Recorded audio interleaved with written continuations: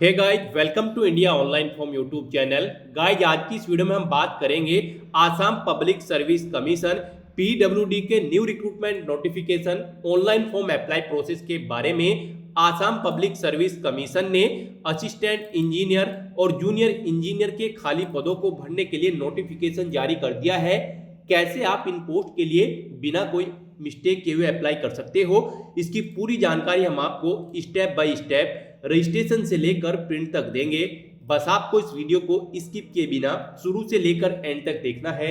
उसके बाद वीडियो पसंद आए तो इसे लाइक और शेयर कर दें। चैनल पर नए हो तो इसे सब्सक्राइब कर ले। तो गाइज, बिना कोई वक्त गंवाए चलिए शुरू करते हैं। आपको इस वीडियो के डिस्क्रिप्शन बॉक्स में हमारी वेबसाइट ejobhub.in के इस पेज का लिंक मिल जाएगा। यहाँ पर आपको इस भर्ती के रिगार्डिंग पूरी डिटेल प्रोवाइड करा दी गई है।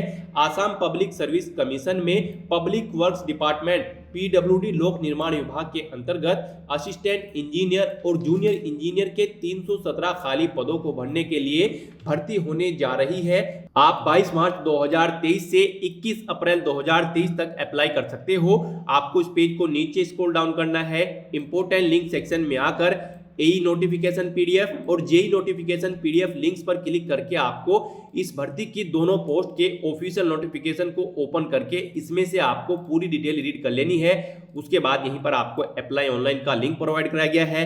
जैसे ही आप इस लिंक पर क्लिक करोगे तो आपके सामने यहाँ पर आसाम पब्लिक सर्विस कमीशन का ये ऑफिशियल पोर्टल खुल जाएगा। यहाँ पर आपको दोनों पोस्ट के एडवर्टाइजमेंट शो कर दिए जाएंगे। अगर आपने पहले से रजिस्ट्रेशन कर रखा है तो आपको लॉगिन बटन पर क्लिक करके लॉगिन कर लेना है और फिर अपना फॉर्म फिल करना है। और अगर आप आसाम पब्लिक सर्विस कमीशन की किसी भी भर्ती के लिए फर्स्ट टाइम अप्लाई करने जा रहे हो तो आपको यहाँ पर सबसे पहले अपना रजिस्ट्रेशन करना होगा। उसके लिए आपको रजिस्टर्ड लिंक पर क्लिक करना है। फिर आपके सामने यहाँ पर रजिस्ट्रेशन का फॉर्म ओपन हो जाएगा।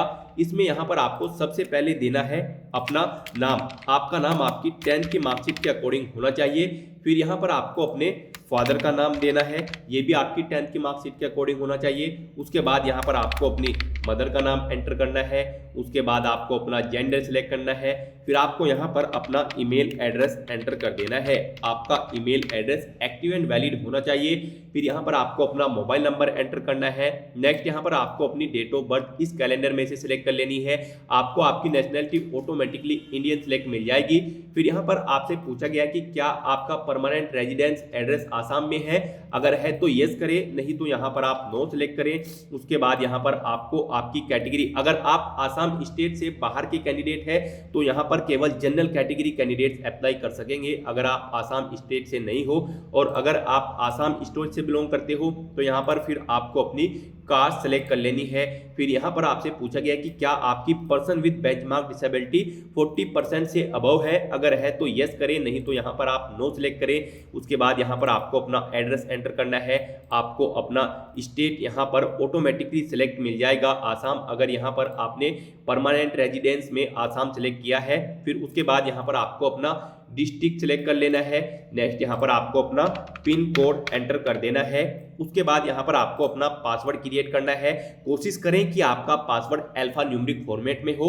मींस आपके पासवर्ड में कम से कम एक अपर केस कैरेक्टर, एक लोअर केस कैरेक्टर, एक इंटीजर नंबर और एक स्पेशल कैरेक्टर जैसे कि @ हैश या फिर डॉलर होना चाहिए। और आपका पासवर्ड कम से कम 8 कैरेक्टर का होना चाहिए। तो यहाँ पर अपना पासवर्ड सेट करने के बाद आपको फिर यहाँ पर ये कैप्चा एंटर करना है। उसके बाद आपको जनरेट ओटीपी लिंक पर क्लिक करना है। फिर आपके रजिस्टर्ड मोबाइल नंबर पर एक ओटीपी आएगा। वो ओटीपी आपको यहाँ पर एंटर करना है और फिर रजिस्टर बटन पर क्लिक कर देना है। इस तरह से यहाँ पर आपका सक्सेसफुली रजिस्ट्रेशन कंप्लीट हो जाएगा। अब यहाँ पर आपको अपना मोबाइल नंबर या फिर ईमेल आईडी एंटर करने के बाद अपना पासवर्ड एंटर करना है। ये कैप्चा कोड यहाँ पर फिल करना है और फिर आपको लॉगिन बटन पर क्लिक करके लॉगिन कर लेना है। नेक्स्ट आपके सामने यहाँ पर कुछ इस तरह से इंटरफेस खुल जाएगा। यहाँ पर आपका डैशबोर्ड ओपन हो चुका है। आपको एक रजिस्ट्रेशन आईडी प्रोवाइड करा दी गई है, इसे आपको नोट डाउन करके रख लेना है। यहाँ पर आपको 3 स्टेप्स में अपना फॉर्म कंप्लीट करना है। तो यहाँ पर आपको सबसे पहले स्टेप 1 पर क्लिक करना है और अपनी प्रोफाइल आपको अपडेट कर लेनी है। उसके बाद यहाँ पर आपके सामने कुछ इस तरह से इंटरफेस खुलेगा। यहाँ पर आपको सबसे पहले अपना आइडेंटिटी टाइप सिलेक्ट कर लेना है। Aadhaar card, driving licence, PAN card, passport या फिर वोटर आईडी कार्ड। उसके बाद यहाँ पर आपको अपने आईडी प्रूफ के लास्ट के 4 डिजिट्स एंटर करने हैं। फिर आपको वही 4 डिजिट्स एक बार फिर से एंटर करने होंगे कंफर्मेशन के लिए। उसके बाद यहाँ पर आपको पर्सनल डिटेल्स लिंक पर क्लिक करना है। फिर यहाँ पर आपको कुछ डिटेल्स आपकी ऑटोमेटिकली फिर मिल जाएगी जो आपने रजिस्ट्रेशन टाइम पे फिल की थी। यहाँ पर आप अपना अल्टरनेट मोबाइल नंबर एंटर कर सकते हो और फिर यहाँ पर आपको अपना एज प्रूफ सर्टिफिकेट सिलेक्ट कर लेना है, 10th HSLC पास सर्टिफिकेट या फिर 10th HSLC एडमिट कार्ड। इस पेज को नीचे स्क्रॉल डाउन करना है और फिर आपको कैटेगरी लिंक पर क्लिक कर देना है। उसके बाद यहाँ पर आपको अपनी कैटेगरी का सर्टिफिकेट नंबर एंटर कर देना है। फिर आपको इशूइंग अथॉरिटी का नाम यहाँ पर एंटर करना है जिसने आपको आपका कैटेगरी सर्टिफिकेट प्रोवाइड कराया है। फिर कब आपको आपका कैटेगरी सर्टिफिकेट इशू हुआ है वो डेट आपको इस कैलेंडर में से सिलेक्ट कर लेनी है।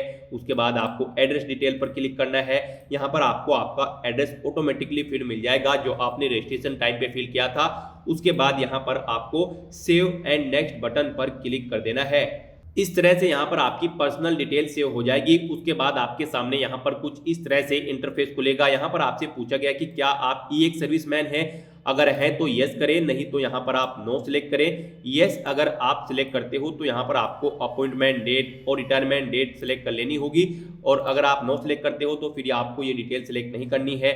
उसके बाद यहाँ पर आपसे पूछा गया है कि क्या आपको कभी PSC पब्लिक सर्विस कमीशन की या फिर यूनियन पब्लिक सर्विस कमीशन की किसी भी एग्जामिनेशन में बैठने से रोका गया है। अगर रोका गया है तो यस करें, नहीं तो यहाँ पर आप नो सिलेक्ट करें। फिर यहाँ पर आपसे पूछा गया है कि क्या आपको कभी किसी गवर्नमेंट पोस्ट पर अप्लाई करने के लिए रोका गया है। अगर रोका गया है तो यस करें, नहीं तो यहाँ पर आप नो करें। उसके बाद आपसे पूछा गया है कि क्या आप BPL सर्टिफिकेट होल्डर हैं, अगर है तो यस करें, नहीं है तो यहाँ पर आप नो सिलेक्ट कर लें। उसके बाद आपको सेव एंड नेक्स्ट बटन पर क्लिक करना है, फिर आपको ओके करना है। इस तरह से यहाँ पर आपकी डिटेल सेव हो जाएगी। अब आपको अपनी एजुकेशनल क्वालिफिकेशन की डिटेल को फिल करना है। एजुकेशनल क्वालिफिकेशन में आपको यहाँ पर ऐड न्यू क्वालिफिकेशन इस लिंक पर क्लिक करना है और यहाँ पर अपनी क्वालिफिकेशन की डिटेल को फिल कर देना है। यहाँ पर आपको सबसे पहले अपनी 10th क्लास की डिटेल को फिल करना है और उसके बाद आपको अपनी 12th, ग्रेजुएशन, पोस्ट ग्रेजुएशन जो भी आपकी हायर क्वालिफिकेशन है उस तक आपको अपनी सभी क्वालिफिकेशंस यहाँ पर ऐड कर देनी है।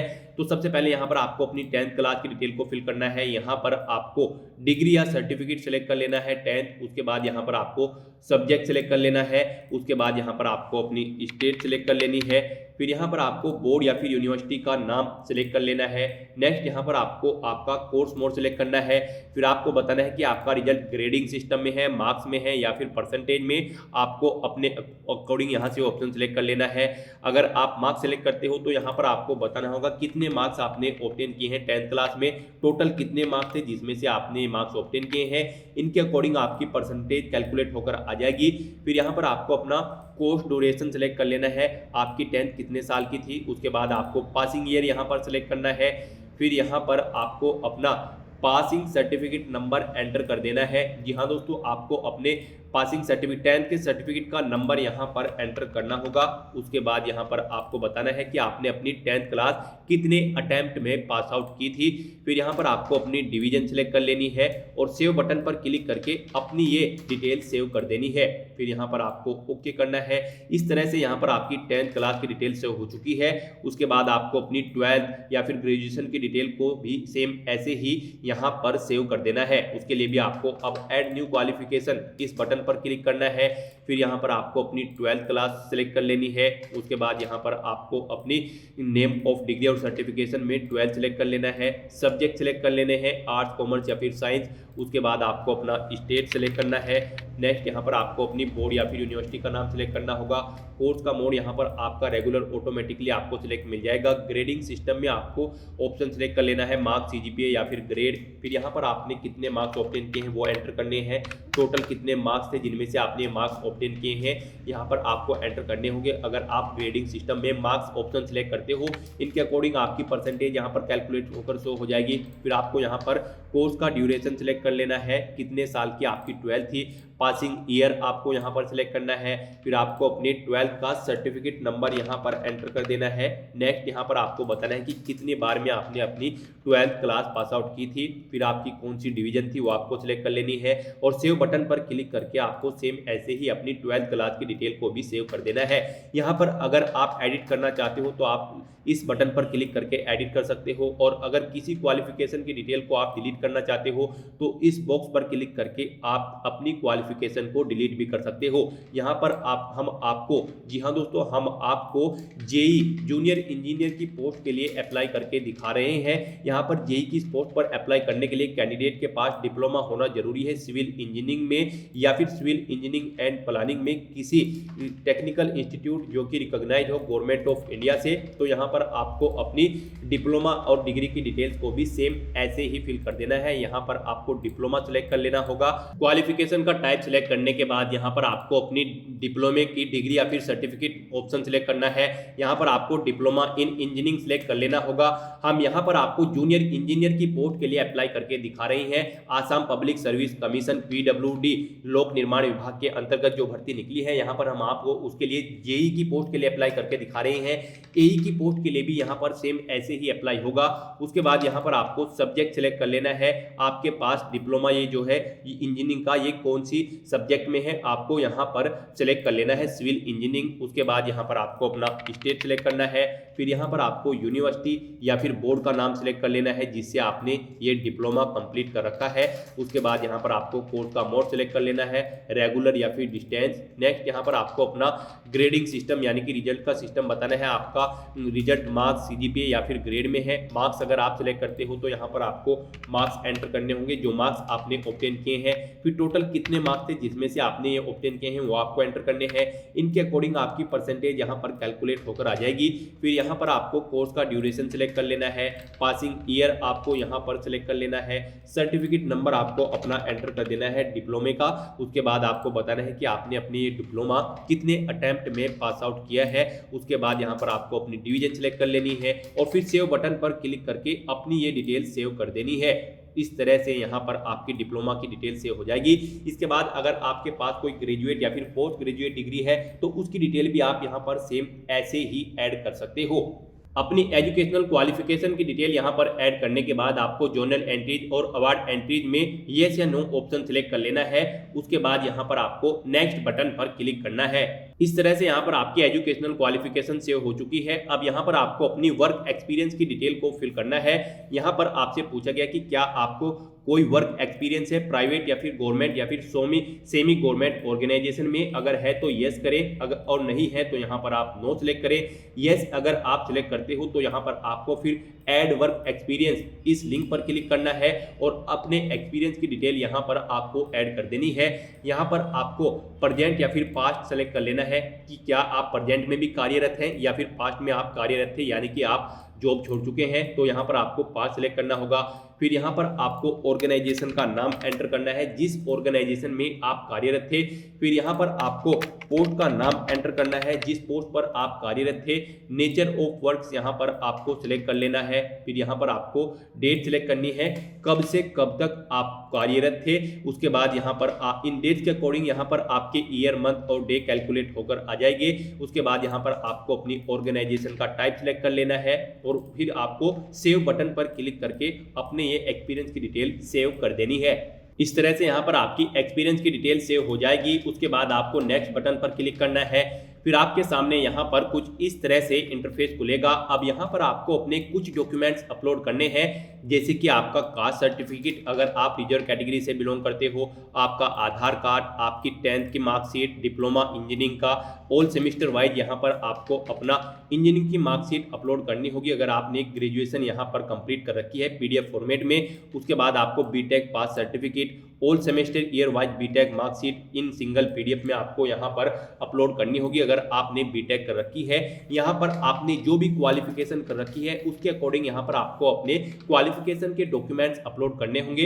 तो यहाँ पर आपको इस एरो की पर क्लिक करना है, फिर आपको ब्राउज बटन पर क्लिक करना है, अपना डॉक्यूमेंट सेलेक्ट कर लेना है, जो भी आपका डॉक्यूमेंट है, कास्ट सर्टिफिकेट, आधार कार्ड या फिर 10th का सर्टिफिकेट। फिर यहाँ पर आपको इशू डेट इस कैलेंडर में से सिलेक्ट कर लेनी है, ये डॉक्यूमेंट आपको कब इशू हुआ था।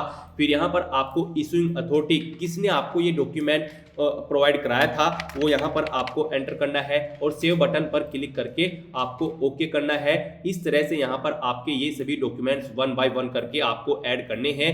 उसके बाद यहाँ पर ये सभी डॉक्यूमेंट्स आपके पीडीएफ फॉर्मेट में अपलोड होंगे।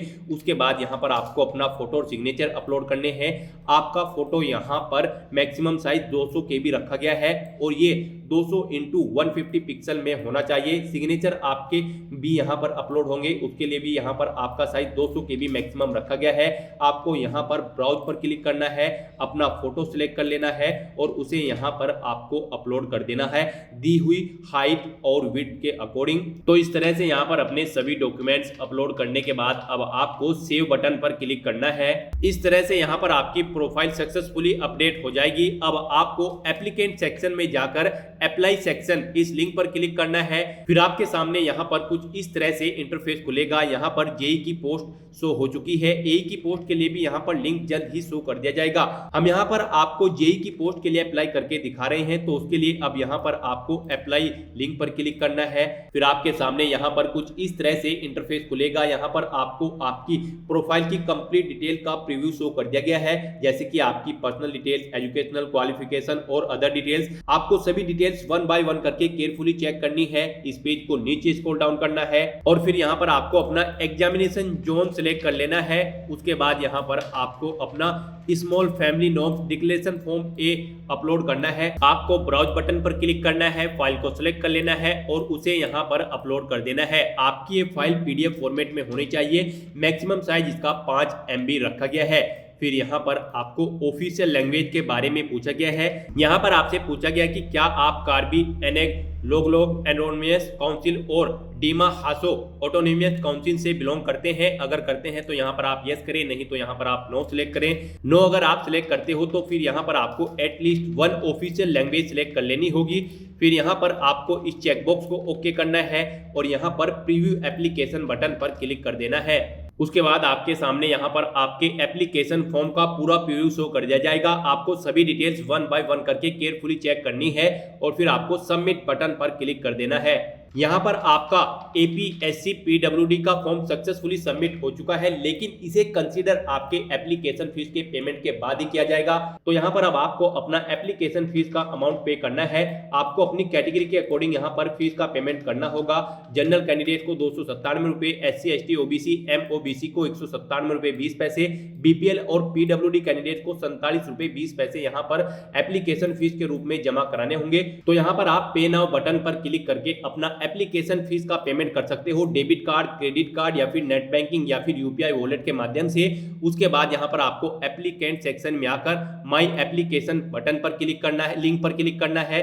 फिर आपको यहाँ पर व्यू एप्लीकेशन इस लिंक पर क्लिक करके अपने एप्लीकेशन फॉर्म का एक प्रिंट आउट ले लेना है, फ्यूचर यूज के लिए, फ्यूचर रेफरेंस के लिए। तो गाइज ऐसे आप अपना Assam public service commission AE और JE का फॉर्म फिल कर सकते हो। आज की वीडियो में बस इतना ही। आई होप ये वीडियो आपको पसंद आई होगी। अगर पसंद आई हो तो इसे लाइक और शेयर करें। चैनल पर नए हो तो इसे सब्सक्राइब कर लें। Thanks for watching.